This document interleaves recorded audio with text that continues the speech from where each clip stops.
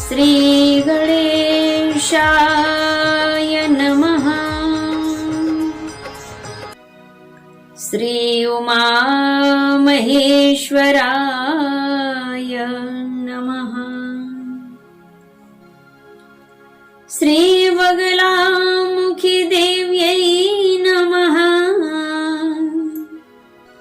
श्री महाकाल देवाय नमः। सत्य सनातन धर्म की जय हो। ओम नमः पार्वती पतये हर हर महादेव। सनातन धर्म प्रेमी भक्तों, कुछ ही समय पहले कुछ भक्तों ने हमसे प्रश्न पूछा। कहा, मां, क्या हमारे कुलदेवी देवता, इष्ट देवी देवता हमें परेशान करते हैं? कृपया हमें बताइए मां।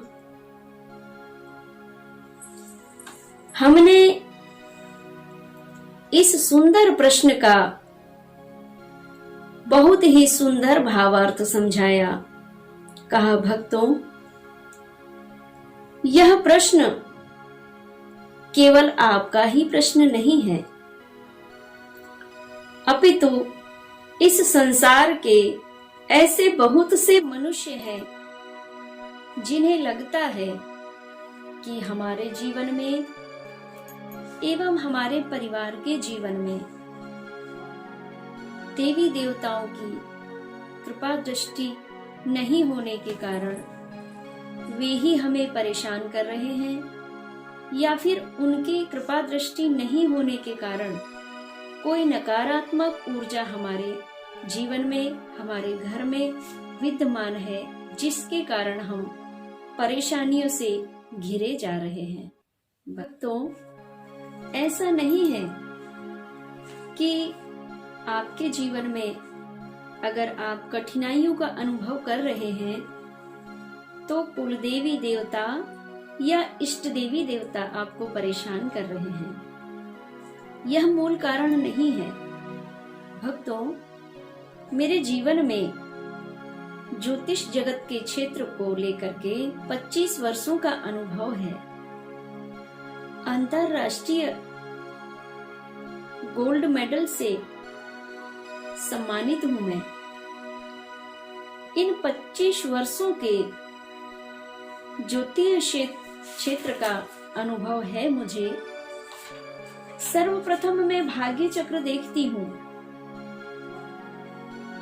तो भाग्य चक्र में कभी कभी जातक परेशान है तो उसका मूल कारण होता है कि किसी जातक के भाग्य चक्र में सूर्य के साथ राहु बैठ जाने से पितृदोष बनता है, और पितृदोष के कारण पितरों के शांति ना करवाने से भी पितृदोष लगता है, और पितृदोषों का हमें भोग काल नकारात्मक ऊर्जाओं को लेकर भोगना ही होता है। किसी जातक के भाग्य चक्र में अगर चंद्र के साथ केतु या राहु बैठ जाता है तो भी ग्रहण दोष बनता है, और चंद्रमा के साथ जब राहु बैठता है तो उस जातक के मनोस्थिति डामाडोल होती है, डिस्टर्ब होती है, जिस कारण वो अच्छे कार्य को करने एवं सोचने के लिए असमर्थ होता है। ग्रहों की महादशाओं का भोग काल हमें भोगना ही पड़ता है, और प्रारब्ध का जो लेखा जोखा है हमें कुंडली के माध्यम से हमें भोगना ही पड़ता है।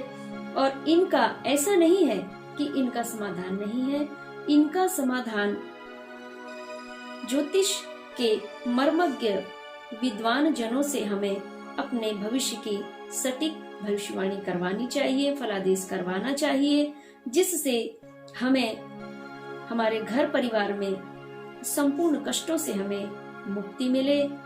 और कभी कभी अज्ञानतावश मनुष्य को ऐसा लगता है कि हमें कुल देवी देवता परेशान कर रहे हैं, हमारे इष्ट देवी देवता हमें परेशान कर रहे हैं, और जिस कारण हम अनन्य प्रकार के रोगों का शिकार होते जा रहे हैं। नकारात्मक ऊर्जाएं हमारे घर में प्रवेश कर रही है और हम पीड़ित होते चले जा रहे हैं। तो कभी कभी ग्रह दोषों का भी बड़ा प्रभाव होता है, और क्रूर प्रभाव होता है, और अच्छा प्रभाव भी होता है, जिसके कारण हमारे जीवन में अच्छा और बुरा होते चला जाता है। हम कभी देवी देवताओं को दोष ना दें। देवी देवता कभी किसी का बुरा नहीं करते, वे हित ही करते हैं, और देवी देवताओं की कृपा से ही हमें सटीक मार्गदर्शककर्ता के सानिध्य में वे पहुंचा देते हैं।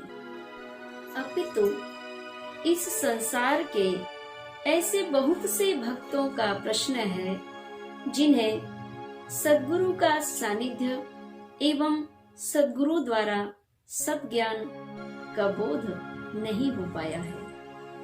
भक्तों, भगवान कभी अपने भक्तों का कभी बुरा नहीं चाहते हैं। वे सदैव अपने भक्तों का कल्याण ही करते हैं।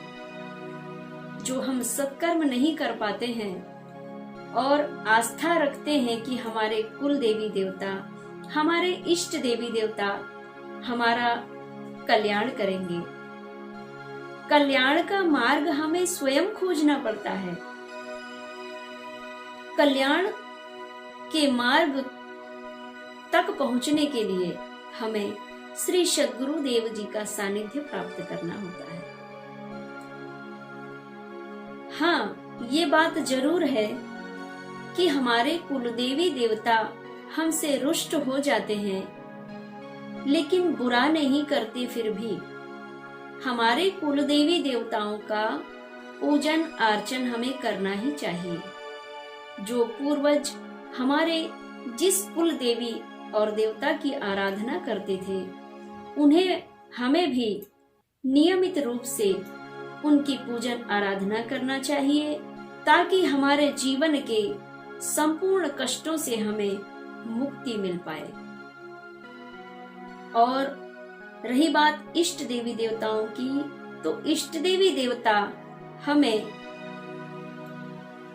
सद्गुरु देव के कृपा दृष्टि से प्राप्त होते हैं। इष्ट देवी देवताओं की आराधना करना ही चाहिए हमें, और इष्ट देवता की आराधना हम इस जन्म में कर रहे हैं, और फिर हमारे बच्चे करेंगे, फिर हमारे नाती पोते करेंगे। जब तक 2 पीढ़ी तक वही देवी देवता को हम पूजने और भजने लगते हैं, तो वे ही हमारे कुल देवी और कुल देवता बन जाते हैं। यही परम सत्य है। बोली सत्य सनातन धर्म की जय हो। ओम नमः पार्वती पतये हर हर महादेव।